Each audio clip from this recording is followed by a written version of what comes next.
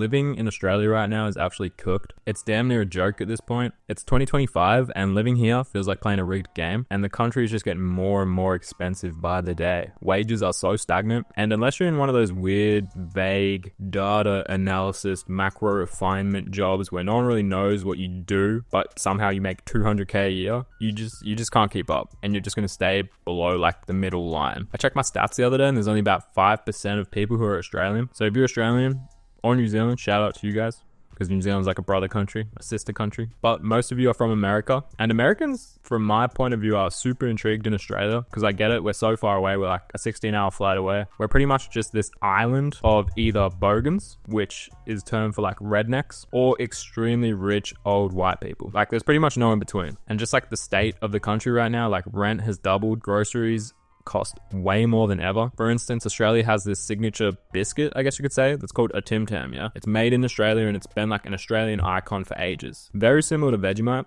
Anyway, this packet of Tim Tams costs $6 in Australia. I think roughly that's about $4 USD. So you get about 9 biscuits for $4 USD. But the worst part is it's made in Australia, and it's an Australian cultural brand. If I go to the UK, I can get it for $2 cheaper. Like, it makes no sense. And speaking on Vegemite as well, a jar of that shit costs $10, which is about $7.50 USD. I don't know how much you guys pay for Nutella or like any sort of spreads over there, but are you paying $7.50 USD? I went to America once when I was super young, and I remember all the supermarkets. I think it's even different in multiple states. Like I remember Ralph's. That's all I really remember, to be honest. But I remember there was a bunch. There was a bunch of different ones. In Australia, we only have 2 supermarkets. That's Coles and Woolworths. So they literally have a duopoly. Aldi's on the side, but Aldi does not compare to these guys. Like these supermarkets have a position within a K of each other. Like each kilometer, you're going to find a Coles or a Woolworths. Like they own Australia. These 2 supermarkets own Australia, and they are jacking up the prices of every single bit of food. Our government has even, quote, investigated them, but let's be real, nothing will ever happen, because these corporations and politicians are most likely all in each other's pockets. Like there's so much money circulating right now, and the fact that nothing has been done to actually stop these supermarkets from increasing prices to a crazy amount sort of proves that, you know, there's some sort of inside work there. Like everything that I buy at the supermarket over the past year or 2 years, I'm not even joking, has gone up $2 at least. These supermarkets are recording huge record profits while people are just literally struggling to afford food. Like if you really think about that, like their most successful years, these supermarkets have been the years when people have been struggling the most. That doesn't make sense. That's a clear indicator of what is making these people struggle, in my opinion. Like they're literally squeezing every single dollar out of us, and they're just so greedy. And there's just a summary of Australian companies, and I guess American companies and all over the world, but like they'll do anything for a profit. Like they're literally playing a game like Civilization or like Sims. That's all you are to them. It's crazy. And like speaking of corporate companies, man, so many companies are mass laying off people. Like it's happening left and right. Like even if you've been loyal to a company for years, put in work, you probably won't get a pay rise. And that's sort of the case for me, to be honest. Like I was loyal to a company for years. I put in so much work, and I sort of kept my mouth closed. Like I didn't really stick my head out or anything. And when I finally did and asked for a pay rise, you know, that idea of me asking for a raise got shut down instantly. And this is after watching him bring new hires on bigger salaries on jobs where it's just like, if I could explain what these people getting paid more are doing without doxing myself, I so would. But just know that these people come into a call once a week and just present, quote, ideas that could have been found on ChatGPT in 10 minutes. And they get paid a weekly salary for that. And their salary is probably triple, double mine. It's insane. It's ridiculous. And with that being said as well, HR, not your friend at all. Their only job is to protect the company, not the workers. If they can save money by underpaying you, they will. If they can cut corners on your benefits, they will. If they can justify literally just firing you or replacing you with someone cheaper, they absolutely will. But it feels like the people at the top, even though they're doing layoffs, are earning more than ever before. Like the hierarchy that comes with corporate jobs is ridiculous. And it's crazy because every job that I've been at, whether it was corporate or not, the hardest working people always get paid the least. And my current corporate job is so bad at that the people that work the hardest are actually international workers who are probably, I don't even want to guess how much money they're making. And it makes me like sit back and think I cannot complain about my pay. But regardless, the fact that these corporate jobs just like have a ladder, you know?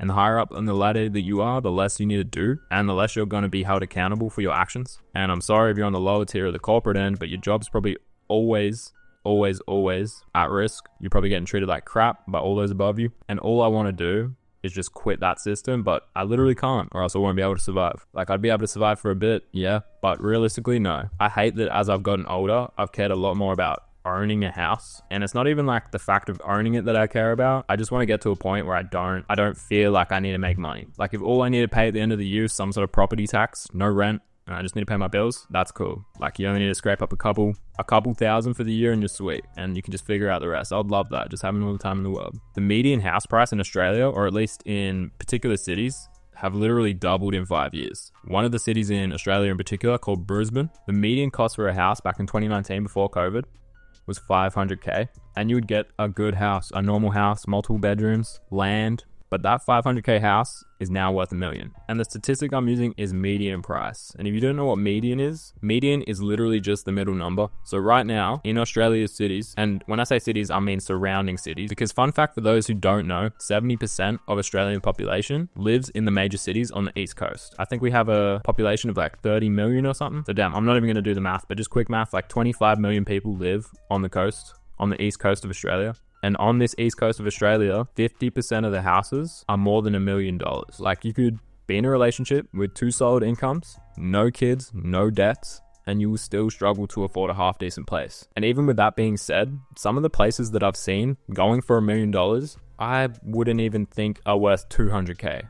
Like it's insane. Australia is insane. And the worst part is wages have not changed at all. At least not for the normal people. And like I said before, the ones making like the most bank, they're in those vague, data strategy consulting jobs where you can't actually define the role. But for everyone else, normal jobs, teachers, tradies, nurses, retail workers, the pay has barely moved and everything has skyrocketed. So even if your pay went up by 10%, that's not even going to cut it. Statistically, most people would be earning less than they ever have right now just because of the value of an Australian dollar. Like within Australia, it's no longer a case of, get a good job and you'll be fine. It's literally like get a great job, have zero financial setbacks, never get sick, don't have kids, and maybe, just maybe, you'll be able to afford something in 15 years. So for instance, about 2 years ago, I was paying a certain amount in rent, and just after a year of living there, we got a rent increase of 100%. So the rent literally doubled, and there's no laws or anything like that in place to stop that. And obviously I moved from that place after doubling the rent, but even moving into a new place, I have no doubt that this rent's going to go up as well. So I don't want to hear no old people being like, oh, the younger generation just don't work as hard. Older people love seeing as well, like stop eating out so much. Like dude, I'd be getting Macca's once a week, and even that's going up 50%. And in fact, if I wanted to eat at home, it's probably just as expensive right now because the supermarkets have ridiculous prices. Like corporate Australia and Australia in general is just such a joke. The cost of living is so out of control. Companies don't give a single shit about their workers, and politicians only care about their own investments and pockets. Like it feels like the rich are just hoarding wealth while the rest of us are just either left behind, either sink or swim. Like I'd love to quit my job and do something I actually enjoy, but in Australia right now, that is not an option. Unless you're on like disability payments, you can't do that. Like in my opinion, it's not just a tough time. The entire system is rigged against us, and I don't see it getting any better anytime soon. I know all these countries are going through their own little thing, and you're probably hearing this being like, yeah, this is the exact same as my country. But I just wanted to sort of open up and just be like, damn, 95% of my audience isn't from Australia. Let me let you know how shit Australia is. Because it's not just this cool, sunny beach island. It's like this rich, posh, I don't even know how to explain it. And do not even get me started on the fact that this isn't even the rich white man's land. This is actually Aboriginal land. Very similar to like Thanksgiving for Americans and stuff like that. Pretty similar, same story. But yeah, man. Talking about this sort of shit makes me feel old, dude, like not a kid anymore. But I just need to let it off my chest because I know a lot of us, like we are old, we're unks now, and this is what unks do. We talk about this. Even though I try to pay no attention to this because I know I have absolutely no say or control in it. I just needed a video idea, to be honest, and I thought this was pretty good. But yeah, that's all. I could go on this for ages. All my links are in the description, that being the clothing brand Insta, the clothing brand website, my personal Insta, all my streaming, and yeah. I appreciate all you guys for listening, especially if you're here right now at the end of the video. I'm trying to go for daily uploads. I don't want to say it and then let you guys down, but at the same time, I'm sort of saying it so I'm held accountable and I've sort of spoken into existence. But we're trying to daily upload. Let me know in the comments if your country is similar to this. But yeah, I wish everyone the best. I wish we can all stay afloat. I wish we can live our best lives. But yeah, I'm out, guys. It's been Once Faded. Peace.